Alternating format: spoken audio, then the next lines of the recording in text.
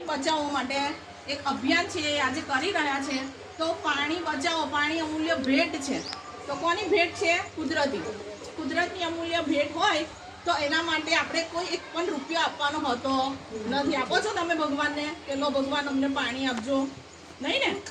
ભગવાન આપણને વિના એક પણ રૂપિયો આપ્યા વગર આપણે એમની પાસેથી મીઠું પાણી લઈએ છે, બરાબર।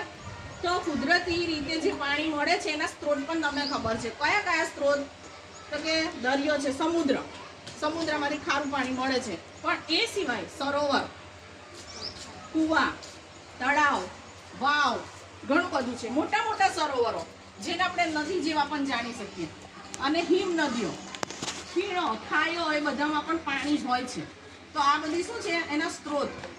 તો આ જે પાણી બચાવવા જે આંદોલન અભિયાન થઈ રહેલું છે, તો એમાં પાણી વિશે હું તમને જે કંઈ વાત કરું તો આખી પૃથ્વી ઉપર પાણી ફક્ત 71% ખૂબ જ વધારે કહેવાય, અને જમીનનો ભાગ ખૂબ ઓછો છે।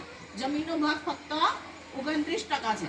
તો જમીન ઉપર ઓછી જમીન હોવા છતાં પણ વસ્તી વધારે છે, અને એના પ્રમાણમાં પાણી વધારે છે, છતાં પણ આપણને પાણી ખૂટે છે, અછત છે।